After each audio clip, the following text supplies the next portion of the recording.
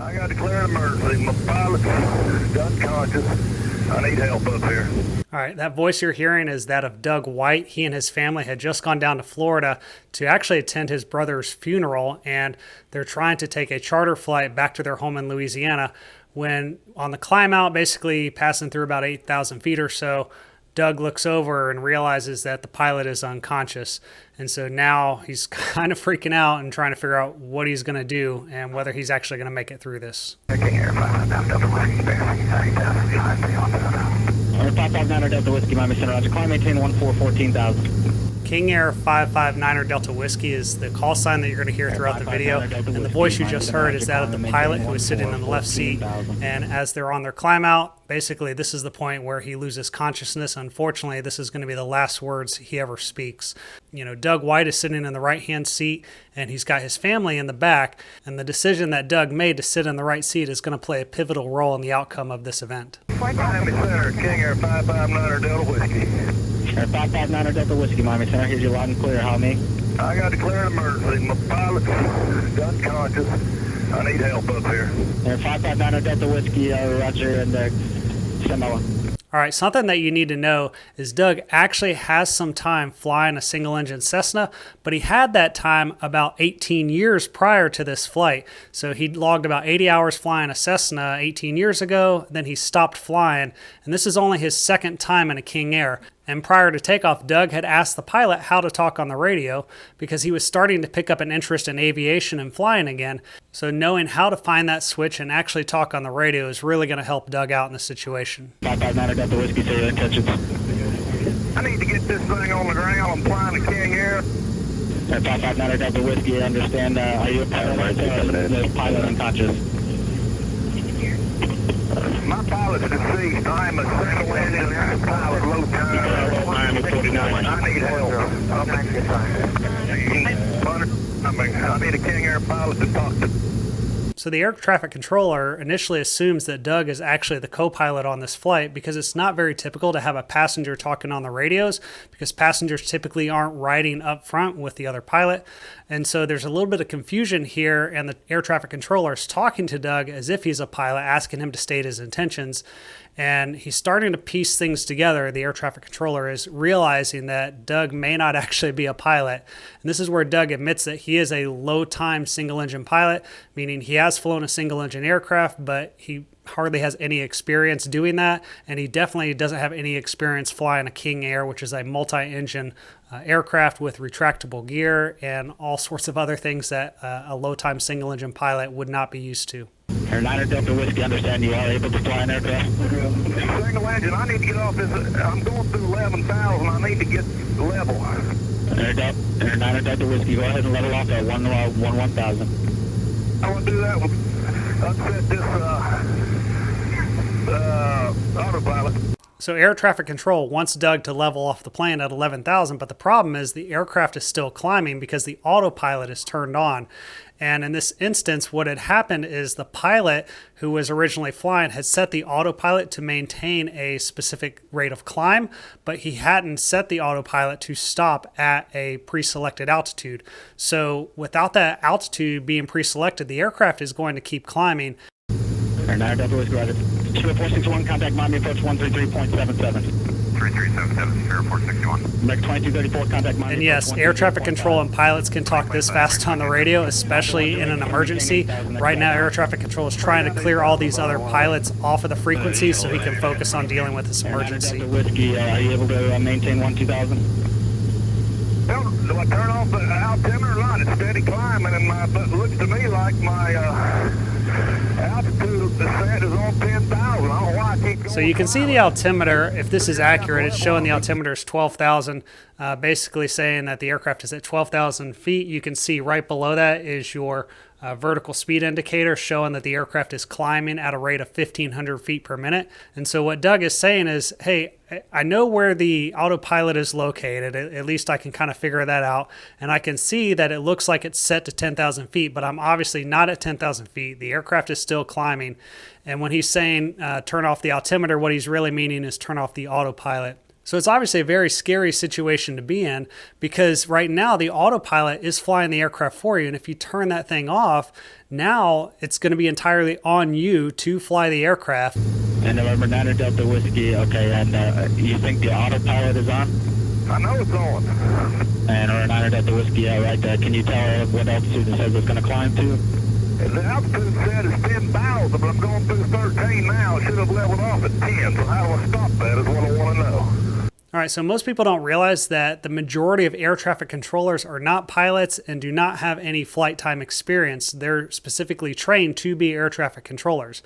Now, there are some that were previously pilots or some that fly on the side as a pilot recreationally, but for the most part, air traffic control is not going to be familiar with the instruments on your aircraft, the autopilot, or how the aircraft actually performs. And so he's in a really tight predicament right now because the controller is trying to most likely desperately find somebody who has some flight time experience in the control room with him, or get somebody else on the phone that they can use to basically coordinate with Doug to help him get out of this situation. 559 Delta Whiskey only, and understand. So we're trying to find some help out here, and you're still on a climb?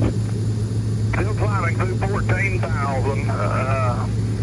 Now, the only problem with the aircraft still climbing is that eventually that aircraft will hit what's known as its service ceiling altitude, or basically it'll get to an altitude where the engines can't keep up with the performance required out of it. Most likely at that point, the autopilot's going to kick off, or worst case scenario, the aircraft could stall. So Doug is realizing this problem and he's trying to figure out how to get this aircraft to stop climbing, because if he doesn't, he could be in a much worse situation. I can turn my altitude set to 15, maybe that'll stop it. You said it's set at 15,000? It's set at 10,000, 10,000, but it went through that. So I need to, if I set it to 16,000, will it level off or not under altitude set? 9 Delta Whiskey? Right now, Doug really wants this guy to help him out and give him any sort of advice or instruction, because Doug is literally just sitting there letting the airplane continue to climb and fly itself, and he has no idea what to do. November 9 Delta Whiskey, okay, I understand you're going to be leveling off at 15,000. Is that what you're showing on the autopilot? All right, the controller is trying his best, and you can tell from this question that he's kind of hoping that maybe Doug has figured out the autopilot and is going to actually get the aircraft to level off at 15,000. No, autopilot once again says 10,000. I've already busted 10,000. I'm steady climbing. I need to stop the climb. Doug's getting mad now because he's like, look, dude, I've told you multiple times this aircraft is still climbing and I need it to stop. Help me. Stay with me, man. Let's go. 559 Delta Whiskey, I'm here. Don't worry. We're trying to find a solution to that. Stand by. For me on the 50. Okay, number 5 Delta Whiskey. When you look at the center console there, you don't see anything with the detail. You see the autopilot's unable to disengage.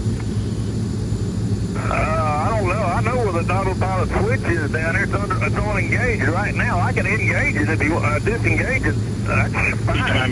Number 5 Delta Whiskey. Disengage the autopilot. We're gonna have you hand fly the plane. Now this is a critical moment for Doug, because as soon as he disengages that autopilot, it's all on him. All right. Do you want me to disengage the autopilot? Number 5 Delta Whiskey. Affirmative. Disengage the autopilot. Disengaging autopilot, I need to pull back on the throttle some, correct? So Doug is asking this question because the aircraft is currently climbing. So if he disengages the autopilot and he pushes forward on the yoke to level off the aircraft, the power is set at a higher power setting than what is required for level flight, because it needed that extra power to do the climb. So yes, he is going to have to pull back on the throttles just a little bit. Yeah, I can disengage the autopilot right now. Okay, hold the yoke level, disengage the autopilot. Say again? Hold the yoke level and disengage the autopilot, number 5 Delta Whiskey. I disengaged it. I'm flying the airplane by hand.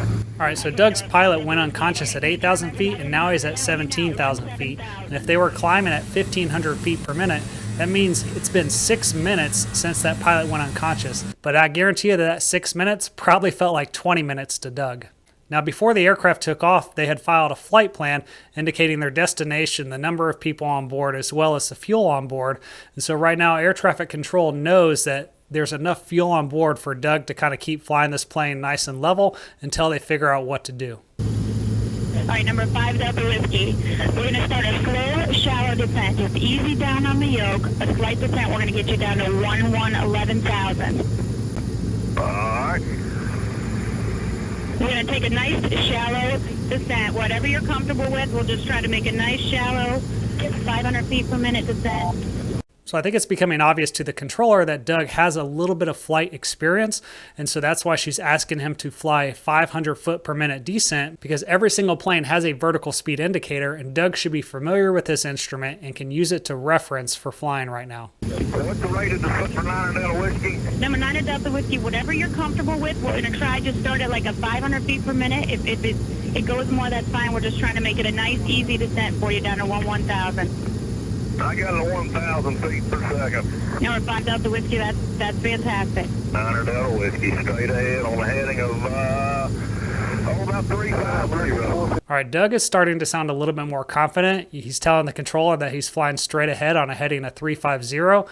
He said, hey, I've got 1,000 foot per minute rate of descent going right now. So he's starting to get a little bit more comfortable flying the aircraft. Number 5 Delta Whiskey, doing all right there descending? We're having a hoot, 9 Delta Whiskey at 16,000, 1,000 foot per minute descent, 9 Delta Whiskey. All right, so Doug obviously has a sense of humor about that situation. As dire as it might be, at least he's able to kind of joke about it a little bit. Okay, number 9 Delta Whiskey, just so you know what we're doing here, we're going to get you down to 1,000. We're going to make you give you a turn to the west. We're going to hand you off to Fort Myers Approach, and they've got some controllers there that also have pilot experience, and they're going to talk you all the way in down to the landing there. Do you have any experience in a King Air? Now this controller is doing a fantastic job. That radio call right there is a perfect one to make, telling Doug, hey, sit back, relax. We're going to get this figured out. Here's the plan. Here's exactly what we're going to do. And that's going to give Doug a little bit more confidence in the situation. Negative. All right, number 5 Delta Whiskey, you're doing a real good job. Just keep you doing a very good, holding your heading, a real nice descent there. Yeah, any sort of reassuring calm to Doug is going to help him out even further. You got me heading almost due north. Number 5 Delta Whiskey, affirmative. I just didn't want to turn you while you're descending. If you're comfortable with that, I'll give you a turn out to the west while you're descending. It's up to you. Would you like to continue straight during the descent or make a turn with the descent? So this was a good decision by the controller too, to keep him going straight ahead while he is descending, because especially for somebody that has never flown before or for a very inexperienced pilot, it can be challenging to perform a turning maneuver while climbing or descending, because you can easily lose track of one instrument while focusing on the other, and that could put you in a bad situation. I can make a turn with the descent. I don't need any weather up here right now either, ma'am. And number 5 Delta Whiskey, just to put your mind at ease, there's good weather at Fort Myers. There's no weather in the VFR. That's probably the best news out of this entire situation, is that Doug is not going to have to worry about any weather when he goes in for landing, because if there was a low cloud deck or fog in the area or something that was going to force him to have to fly through the clouds in order to land, he would definitely have a much more difficult time handling the situation. Okay, number 5 Delta Whiskey, just so you know the plan, we're going to bring you around to Fort Myers. They've got the longer runway, and we're going to get you the most available runway for your landing. You're going to do fine. So again, giving Doug an update on the plan, letting him know exactly what he can expect going forward. Okay, number 5 Delta Whiskey, real nice job in that turn there, and you're going to be talking to Fort Myers Approach here in just a minute. Like I said, they're going to take their time and talk to you and get you down safe. What's that frequency going to be? Number 5 Delta Whiskey, it will be 132.07. Let me see if I can find it without screwing this up. Okay, well, if you want, why don't we wait until you're level there and turned out on a heading, and then you can try to tune in that frequency. Okay, so that's a great comment from the controller right there, because Doug is still trying to descend the aircraft. He's still on a turn, and she doesn't want him focused on the radios and trying to figure out how those work, when instead he should be focusing on flying the aircraft. So she's saying, hey, go ahead and finish your descent, get leveled off, stop the turn, and then we'll focus on changing the radio frequency next. When I push 2 to change that frequency? Do you have it set up in the second radio, sir? I do. at least Doug hopes that he's got it set up correctly, because right now he's trying to figure all that out. And really his lifeline right here is the lady that he's talking to on the radio. So if he pushes a button to change a frequency and now he can't talk to her anymore, he doesn't know who he's going to be talking to or if he's going to be talking to anyone at all. Yep, you would switch to. So what I'm going to do, number 5 Delta Whiskey, is contact Fort Myers approach 132.07 by pushing 2. If you do not get them, just switch it again and you'll be talking to me. Fort Myers Center, King Air 559er Delta Whiskey. King Air 559er Delta Whiskey, Fort Myers approach. And are you in a descent right now, sir? That's got to be a great feeling for Doug, knowing that he actually changed the radio and now he's talking to someone who's acknowledged him. So he's definitely feeling a lot better right now. Yeah, what you want me to do with it? Hold it or what? Actually, if you can, we can just start a descent down to 5,000, and we're getting some help from another pilot that's familiar with the airplane. We'll get you some information. Can you descend the airplane? I can, down to 5,000 on heading 270. This is a King Air 200. Even Doug's radio calls are sounding a lot more like a pilot that's very comfortable flying an aircraft right now. King Air 9 Delta Whiskey, when you're ready, turn a left heading 180. We'll start working you towards the airport. Whenever you're ready to turn, fly heading 180. 180 to 5,000 for 9 Delta Whiskey. I need to slow my descent down. That's 2,500 feet per minute here. I need to get my throttle set for this descent. I don't know where to set it at. So Doug is asking the controller to help him understand where to set the throttle because he's expecting to have a very specific power setting. At least that's what Doug wants. He wants them to tell them, hey, tell me exactly where to put the throttle. But the problem with that is if the pitch of the aircraft changes, the setting for the throttle is going to need to change too. And so they can't really give him a very specific throttle setting other than, hey, if you're going downhill, if you're descending and you start to go too fast, then just pull back on the throttle a little bit. Or to shallow out your descent, just pick up the nose a little bit so you're not pointed down so much. I got buggers going off here, gear control or something, I don't know. Okay, sir, in that case, just level off when you're comfortable, and I'll get you an answer on that in just a moment. What's happening in this situation is that in most aircraft, once you get below a certain altitude, if you have a certain rate of descent, the airplane basically thinks you're trying to land the aircraft. And so if you don't have the landing gear down, it's going to give you some sort of indication that, hey, you need to put the gear down if you're going to be at this low altitude and descending. And so that might be what's happening here. As you can see from the instrument panel, he's doing about 230 knots. So that is not a indication that he's too slow at this point. Okay, sir, in that case, just level off when you're comfortable, and I'll get you an answer on that in just a moment. 9 Delta Whiskey, the information I have is to pre-select the autopilot to 5,000, but don't turn it on yet. You can go to the center console on the instrument panel and pre-select 5,000 feet, but don't engage it yet, and I'll get you information on how to do that. I got a pre-altitude set at 5,000. I know how to engage it, but I got to get rid of the heading bug that's hooked to this autopilot. Okay, let me get that request in. Okay, what Doug is saying is, look, I know how to turn the autopilot on and I can get it to level at 5,000 feet and hold that.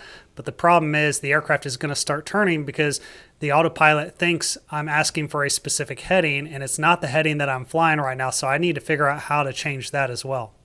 I can push altitude select on the console.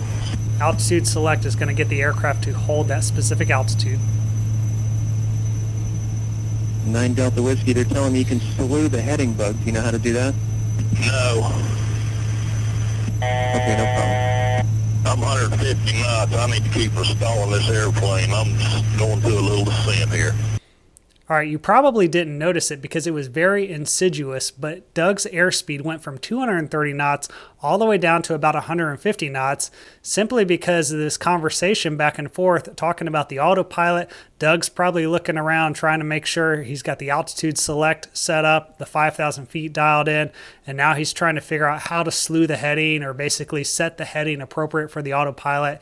And in that short amount of time, because he doesn't have the throttles pushed up far enough to provide enough power to the motors, that airspeed is slowly bleeding off and it's falling out of Doug's cross-check. And so that's what that warning tone is basically telling Doug, hey, the aircraft is getting too slow right now.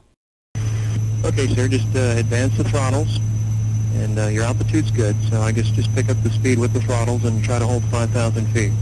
All right, now this is where I kind of disagree with what the controller did, trying to get Doug to focus back on the autopilot, because so far Doug has been doing fine flying the plane, and trying to get him to focus on the autopilot now has obviously created a new problem for Doug to solve. 9 Delta Whiskey, when you can, turn left and fly heading 180 when you're able. That's 180, 9 Delta Whiskey. Yeah, looks like your speed's picking up now. That looks good. Okay, so air traffic control can see the ground speed of aircraft as they're flying, and so that's how he's able to give that information back to Doug and basically helping him get better control of his airspeed, or at least have more awareness of what's going on. And 9 Delta Whiskey, just want to verify you do have the autopilot off. I got the 2 black buttons on disengaged, which is down on the console. Okay, sir, thank you. Okay, if you notice, his speed is back up to about 210 knots now. It's okay to have these airspeed deviations when you're at a faster airspeed and you're a sufficient altitude above the ground, but Doug's really going to want to nail that down to maybe plus or minus 10 knots of a desired airspeed in order to fly a stabilized approach and land the aircraft safely. So airspeed control is going to be critical. And 9 Delta Whiskey, on the instrument panel, is there a landing checklist? No, I'm not worried with that right now. I'm heading 140 at 6,000 right now. I can put the gear down in the flaps. Doug is basically saying, look, I don't really care about a landing checklist right now. All I know is I need to put the gear down and I need to put the flaps down, and that's all that matters. Okay, they're telling me you're a little too fast for the gears, so hold on just a moment on the gear and I'll call you back in just a minute. We got plenty of room before we get you to the airport. No, I was going to. I'm just telling you, I know where the gear control is. 9 Delta Whiskey. Okay, that's good. That's good information. Do you know where the flap control handle is? I do. I don't know what setting to put them on. All right, so what you need to know is that in order for this aircraft to land, Doug is going to have to lower the landing gear and the flaps. Now, flaps are control surfaces that are located on the wings that, when they're lowered, allow the aircraft to fly at a slower speed without stalling. And Doug understands he needs to put them down, but he doesn't know what setting to put them at because there's different settings for those flaps. You bring me in on left base for 6, I assume? 9 Delta Whiskey, that's correct, and we'll get you more information in just a moment. So you're on a left base for 6. You're still a good 25 miles out. We got plenty of time. All right, a left base for runway 6 basically means that right now they're going to have the aircraft fly perpendicular to the runway and then make a left turn to align with the runway for landing. That's essentially what left base means. King 9 Delta Whiskey, I'm told below 160 knots you're able to lower the gear and the flaps, either one, but it'll be 160 knots will be the speed for that. King 9 Delta Whiskey, fly heading 070, vector to the airport. 070, 9 Delta Whiskey. So right now the controller is giving Doug very specific headings to fly to try to get him lined up with the runway, and they're giving him plenty of time to do it by making those turns far enough away from the runway where he can get stabilized and set up for the approach. 3,800, 9 Delta Whiskey, 220 knots indicated. 9 Delta Whiskey, Roger. When you get to 3,000, just retard the throttles a little bit at a time. We'll get your speed slowed down so we can get the gear down, and I got more information for you in just a moment. Now at this point, Doug's been flying around for 20 to 30 minutes, and he's probably pretty comfortable with the aircraft, but he's about to get into a very stressful situation because he's got to slow the aircraft down. He's got to lower the gear at the right speed. Then he has to lower the flaps. He has to make sure he's lined up with the runway, and then he has to hope that he can land successfully. And if he doesn't, what is he going to do? So right now, it's kind of a slow pace of events, but it's going to start to speed up very quickly as Doug gets closer to the runway. Yeah, 9 Delta Whiskey, it'll be runway 6. It's a 12,000-foot runway, so you're going to have plenty of runway to work with. And we got equipment standing by, and it's all yours. What's the wind? Currently, it's 020 at 4 knots. All right, so that's another thing that's working in Doug's favor is basically light to non-existent winds. If there was a strong crosswind or gusty winds, it would definitely make this a much more challenging scenario for Doug. 9 Delta Whiskey. Now, when I recharge these throttles here in a minute, I need to know what's indicated to go to. 9 Delta Whiskey, Roger. We'll just retard them slowly. You can start now at your discretion, a little bit at a time. And when you get to 150 knots, I'm told you can drop the gear and the flaps. Yeah, I understand that. I just want to know where to get it to. So what Doug is asking is, what speed am I ultimately going to have to slow the aircraft down to in order to do this landing? Now, honestly, I think they don't want to tell Doug the speed at this point in time because he's still a pretty good distance from the runway, because the longer he has to fly at that slow speed, the more likelihood there is that something could go wrong. And the slower you are, the less margin for error there is. And if he goes too slow, the aircraft could stall, and all of this work would be for nothing because he could end up crashing just short of the runway. 9 Delta Whiskey, when you get the speed under control, at your discretion, maintain 2,000. There's no hurry for that, but when you're ready, 2,000. What is speed under discretion indicated?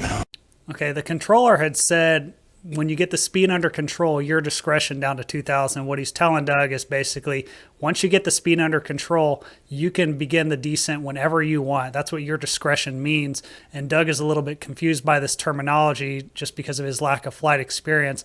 And he's still wanting to know, what specific speed do you want me to fly? We're looking for 160 knots indicated. You can start the gear down. Right now I'm showing you ground speed right at 160 knots.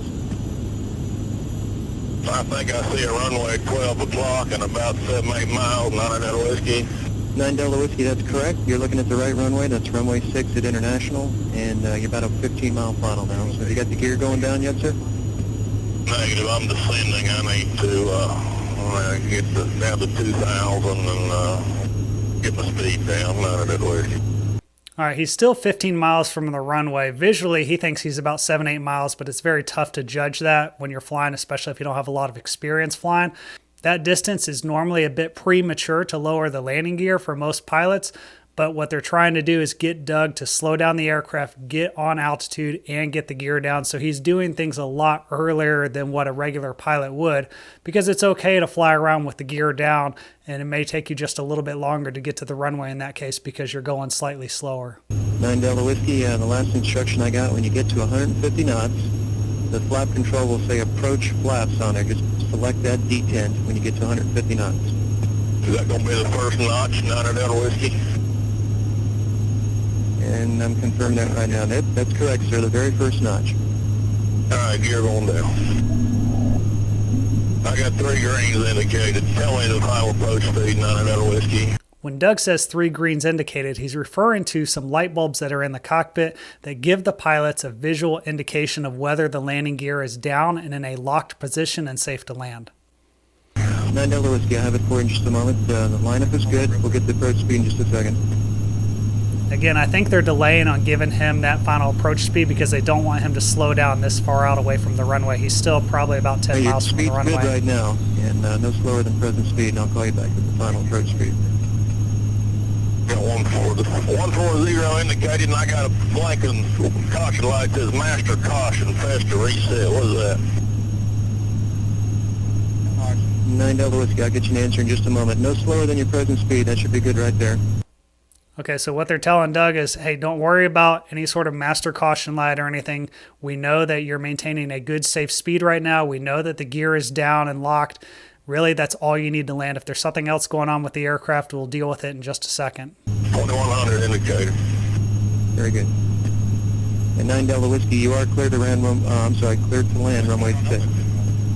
Appreciate it. Cleared to land runway 6, 9 Delta Whiskey. I need to talk to me about some flaps. When do I hit approach speed? Okay, you can set you do have the flaps in the first detent right now, sir? Negative. What airspeed can I drop the approach flap indication? You can do it right now, sir. You're at the correct speed now. So that's good that the controller asked him to verify that he actually had the flaps down, because if Doug started to slow down without those flaps, he could have potentially stalled the aircraft. First notch down, the flaps, 9 Delta Whiskey. When I touch down, if I ever touch down, do I just kill the throttle or what? That's correct. When you touch down, slowly kill the throttle. 150, 1800 altitude. For 9 Delta Whiskey, roger. So 150 knots now.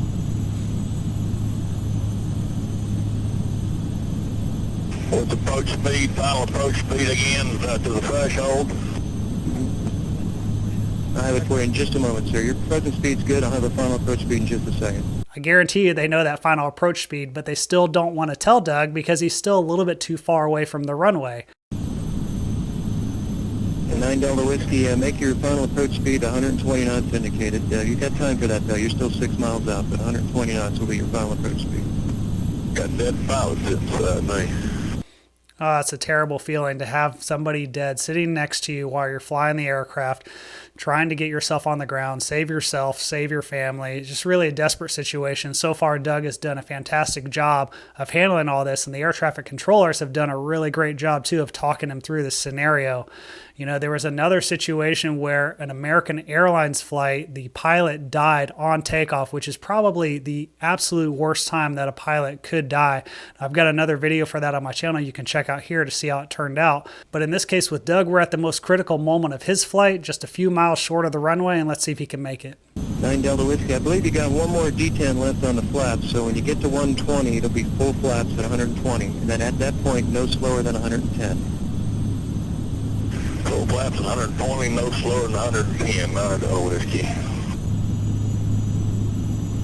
9 Delta Whiskey, more information for you. It's just easy with the power as you get close to the runway to keep the nose up, keep the power on it, but easy in and out with the power. They're very responsive, so you'll get a lot of response out of it. Yeah, it's just very slight movement on the throttles to maintain that airspeed. It's not going to take a lot, especially with those two prop motors out there. If he pushes up too much on the throttles, the airspeed can get out of control pretty easily. Once you make it onto the ground, just center line with the rudder pedals, you kill the throttle and maximum braking. Got it, 9 Delta Whiskey. 500. And ground speed looks good. I keep this pilot off the control. Oh, that's a bad time to have the pilot slumping over, impacting your controls when you're about to land. Sir, so if you got to add a lot of power to make the threshold, that's fine. You got 12,000 feet of runway.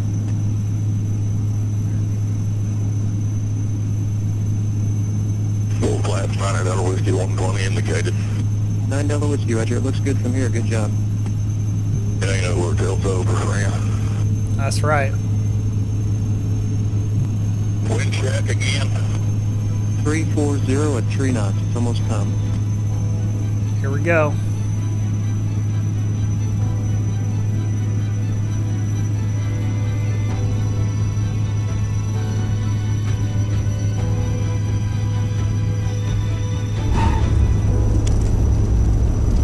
And he's on the ground.